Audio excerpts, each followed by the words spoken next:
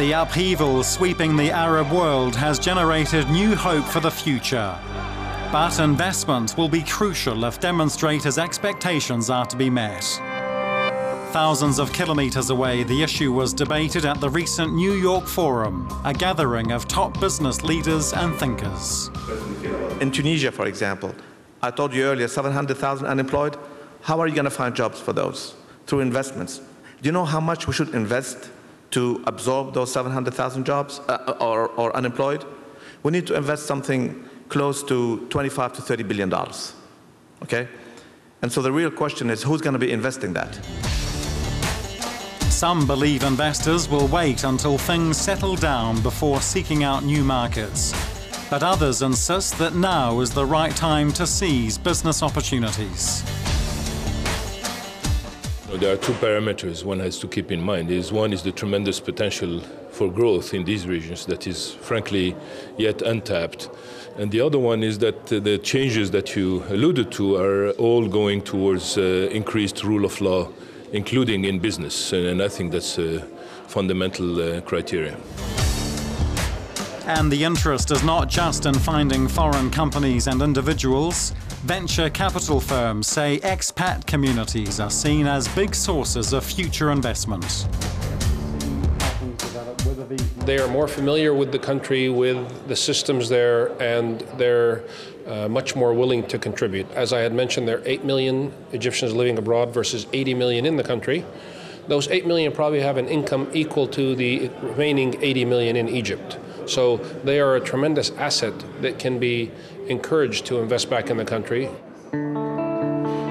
However, some experts believe that big spending on capital projects should not be the priority. They say strip away the privileges from the elite first. It's a little disquieting when some of my European economist friends propose massive capital building structures in the desert. That's not going to solve the problem that I was talking about of young Tunisians in the cities and young Egyptians in the cities unable to get on with their careers. The Moroccan-born founder of the forum agrees that entrepreneurship among the young has to be encouraged more. All governments have to support entrepreneurship by giving also the tools, the financing to the youth generation, which has so much energy. And instead of being in the street demonstrating because they lost their dignity, we should definitely give them an answer, how to support them to become entrepreneurs or to find a new way to find a job. New leaders are also being told to look at the lessons in other regions where similar political change has taken place, including Latin America.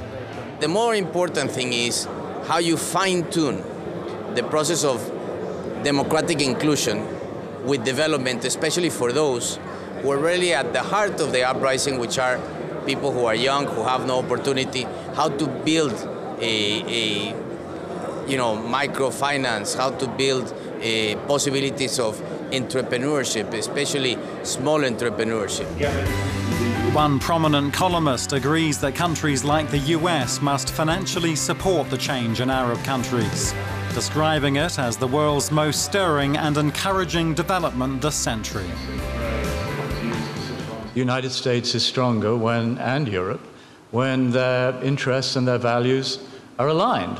They have not been aligned in the Middle East. We've been propping up these dictatorships. And I think it's very healthy for the world to get beyond the binary thinking which held that it's these guys or the Islamists. That's how Gaddafi portrayed himself. That's how Mubarak portrayed himself.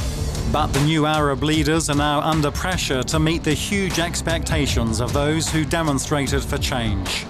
They know they must quickly find the right formula for success and reassure their populations.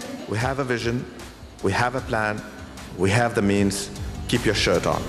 Calm down, it's coming. Behind the headlines and the dramatic images of the change we're seeing in the Middle East, debate about the long-term reality on the ground is now underway in earnest. And one thing is certain, how to invest in that change and to make sure it's economically viable is becoming one of the top priorities.